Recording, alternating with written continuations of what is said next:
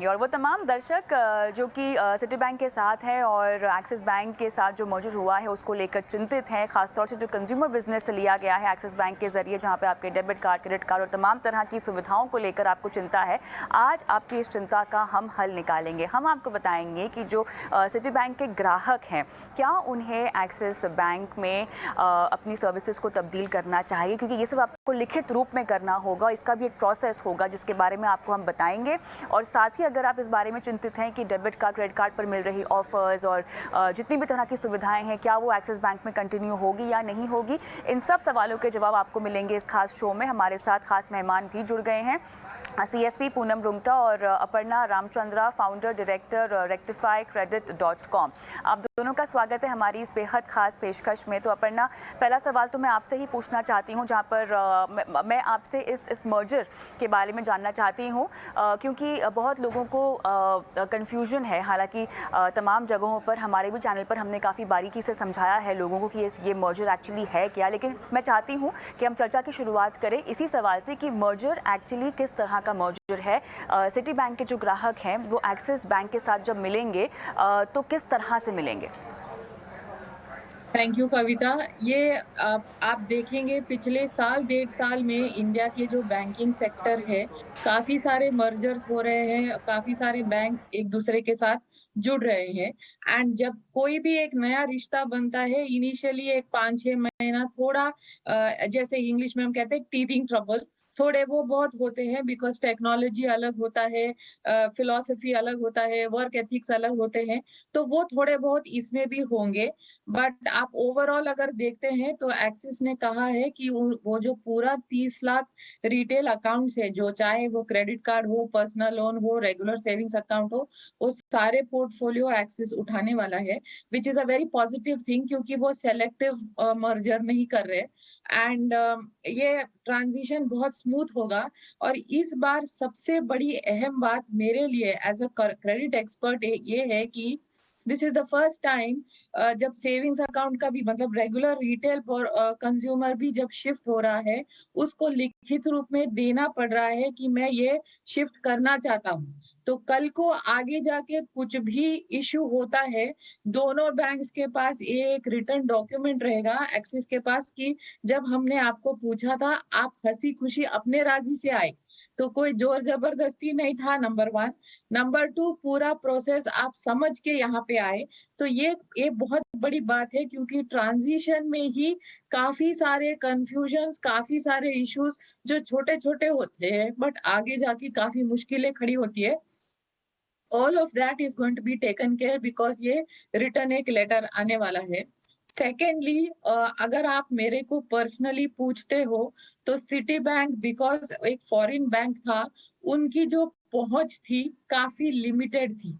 वो tier 1, tier 2 cities में ही थे, रूरल या सेमी अर्बन एरियाज में मतलब ना के बराबर था सिटी का प्रेजेंस। आज वही कंज्यूमर्स अगर एक्सिस के साथ जुड़ते हैं, तो एक्सिस का जो पूरा प्रेजेंस है वो पैन इंडिया है, काफी सारा मतलब नीचे तक है, रूरल तक है। तो लेवल ऑफ सर्विस, एक एबिलिटी टू रीच और कंज्यूमर को जो सर्विस चाहिए वो एक्सिस के साथ ज्यादा बेहतर होगा। ऑफ कोर्स अगर आप देखेंगे कि जैसे प्रिविलेजेस है, थोड़े बहुत बेनिफिट्स है, वो सारे इसमें ऑब्वियसली काफी फर्क आएगा, बिकॉज एक बिल्कुल। फॉरेन बैंक अपने फिलोसफी से आता है जो यहाँ पे मिलना मुश्किल है। मुश्किल है, इसी पर मुझे बात करनी है, क्योंकि पूनम, एक फॉरेन बैंक की इमेज होना ना बहुत बड़ी बात होती है, बहुत अच्छी बात भी होती है, ठीक है। अब ऐसे में सुख सुविधाओं के लिहाज से भी एक्सिस बैंक के मुकाबले अगर हम सिटी बैंक की देखें तो सुख सुविधाएं अलग होंगी, तमाम अगर आपने लोन ले रखे होंगे तो उसकी रेट भी अलग होगी। तो अब इन सब का जो मिश्रण हो रहा है, किन किन बातों का ख्याल आपको एक सिटी बैंक ग्राहक होने के नाते ध्यान में देना होगा? लिखित रूप में तो आप सब चीज़ें चाहेंगे भी और देंगे भी एक्सिस बैंक को, वो तो अपना ने शुरुआत में ही हमें समझाया है। लेकिन माना कि एक्सिस बैंक की रीच ज़्यादा होगी और सिटी बैंक के ऊपर जो एक फॉरेन बैंक की छवि थी वो शायद आपको यहाँ पर नहीं देखने को मिलेगी, लेकिन कहीं ना कहीं आपको लगता है कि सुख सुविधाओं और लोन के मामले में अगर हम कहें तो पूनम, सिटी बैंक थोड़ा सा अपर हैंड था। जैसे अभी-अभी बताया इन्होंने कि ये टियर 1 और टियर 2 सिटीज़ में ही ज़्यादा पॉपुलर थी।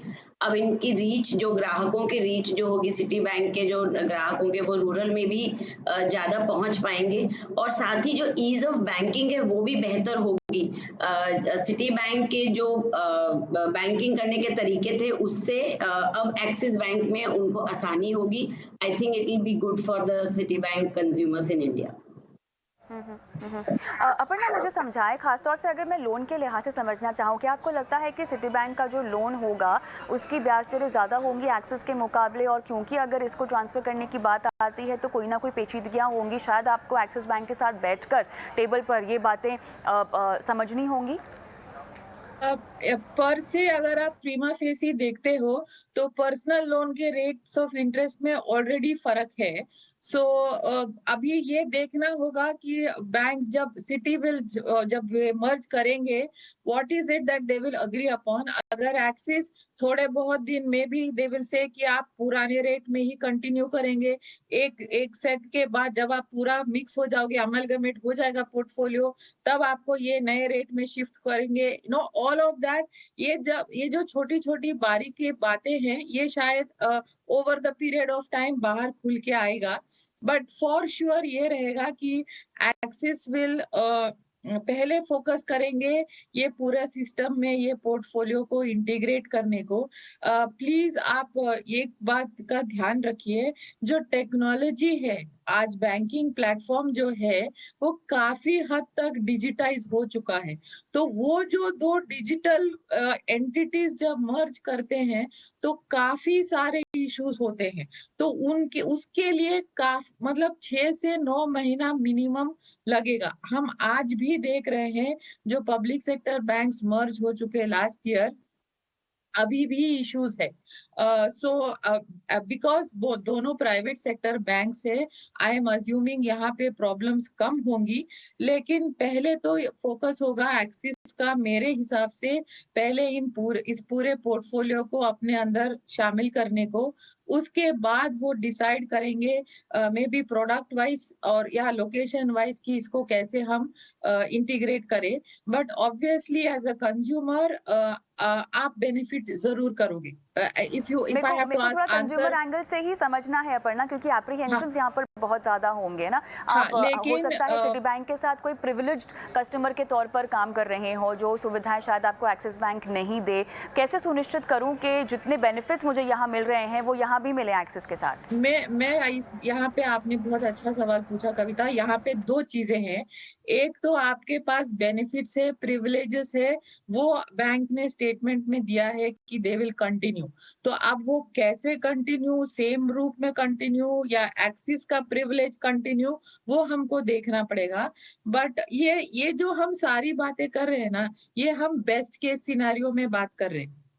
मेरा सबसे बड़ा कंसर्न इज जो डगमगाने वाले कस्टमर्स है, जो ऑलरेडी एनपीए होने के लेवल पे है या ऑलरेडी एनपीए हो चुके हैं, वो मेरे लिए सबसे ज्यादा कंसर्न वाला पोर्टफोलियो होगा। क्योंकि आप प्लीज समझिए, जब वो पहले सिटी के कस्टमर्स थे, एक ऑलरेडी रिश्ता बन चुका था। City new the background, city new the history, and एक रिलेशनशिप के बेसिस पे ऑब्वियसली पेपर्स के उन्होंने देखा ही होगा, बट एक स्टोरी है जिसके पीछे ये लोन आज तक चला आ रहा है।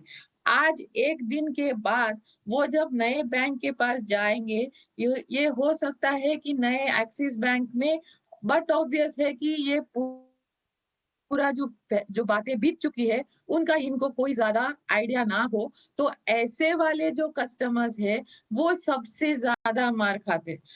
ये हमने देखा है मेरे प्रोफेशनल लाइफ में। ज्यादा करके जब एआरसी पोर्टफोलियो लेती है या बैड पोर्टफोलियो जब एक बैंक दूसरे बैंक या दूसरे एनबीएफसी खरीदती है, तो ये जो सब अच्छा होता है, जैसे लोग कहते हैं ना, टॉपर्स को everywhere it is a smooth sail, तो उनको कोई दिक्कत नहीं, everybody gives them a good treatment. ये जो मीडियोकर है और उसके नीचे का जो पोर्टफोलियो है, ये मेरे लिए पर्सनली बहुत बड़ा कंसर्न है कि ये ट्रांजिशन में उनका क्या होगा, क्योंकि उनको सबसे ज्यादा सपोर्ट की जरूरत है और हैंड होल्डिंग काम की जरूरत है। बिल्कुल। अब मुझे ये बताएं कि अब अगर हम कोई रिटर्न पैक्ट कर रहे हैं अपर्णा, तो किन-किन बातों का एक ग्राहक होने के नाते मुझे ध्यान देना चाहिए? क्योंकि तमाम चीज़ें हम लिखित रूप में दे रहे हैं बैंक को और बैंक से भी चाह रहे हैं कि लिखित रूप में हम लें। तो एक खाका अगर मैं आपसे समझना चाहूँ, कौन-कौन से ऐसे पॉइंट्स हैं जो हमें इंश्योर करने चाहिए, सुनिश्चित करने चाहिए कि ये हो हमारे लिखित रूप के प्रमाण में भी और बैंक से भी जो हम चाह रहे हैं? ये बहुत again a very important question. Normally क्या होगा, सब कस्टमर्स को एक स्टैंडर्ड फॉर्म बनाएंगे जहाँ पे कस्टमर को बोलेंगे आप यहाँ पे साइन कर दो और आप शिफ्ट हो रहे हो। तो ये आम, अगर मतलब आपका सब कुछ सही है, आपको कोई एतराज नहीं है, ऑल इज वेल, तो आप सिर्फ वो फॉर्म साइन करेंगे और आप यहाँ पे शिफ्ट होंगे और आपको एक एक्नॉलेजमेंट के तौर पे एक मेल या लेटर भी आ जाएगा कि we are very happy to welcome you और whatever. But to answer your question, जहाँ पे 3 scenarios that I can think of.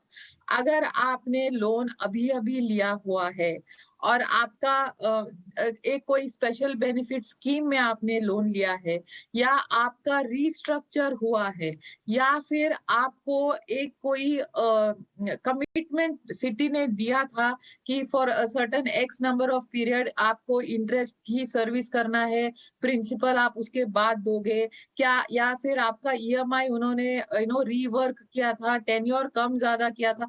ये सब जो बातें हैं, ये सब जो सिनारियोज है, अगर आपके पास ऑलरेडी वो रिटर्न कम्युनिकेशन नहीं है, तो ये this is the right time that ये कंज्यूमर्स कल के कल, मतलब अभी लॉन्ग वीकेंड है, मंडे सुबह जाके सिटी बैंक से मिलकर ये पूरा रिटर्न एक डॉक्यूमेंट लेके आना चाहिए। क्योंकि कल जब आप शिफ्ट करोगे, और इस हमारा भी जैसे होता है ना, शिफ्टिंग में काफी सारा कंफ्यूजन और केओस होता है, तो ऐसे बहुत सारे अकाउंट्स के साथ उनको डेटा नहीं मिलेगा, या मिसमैच हुआ रहेगा, या some prime very important factors are missed out.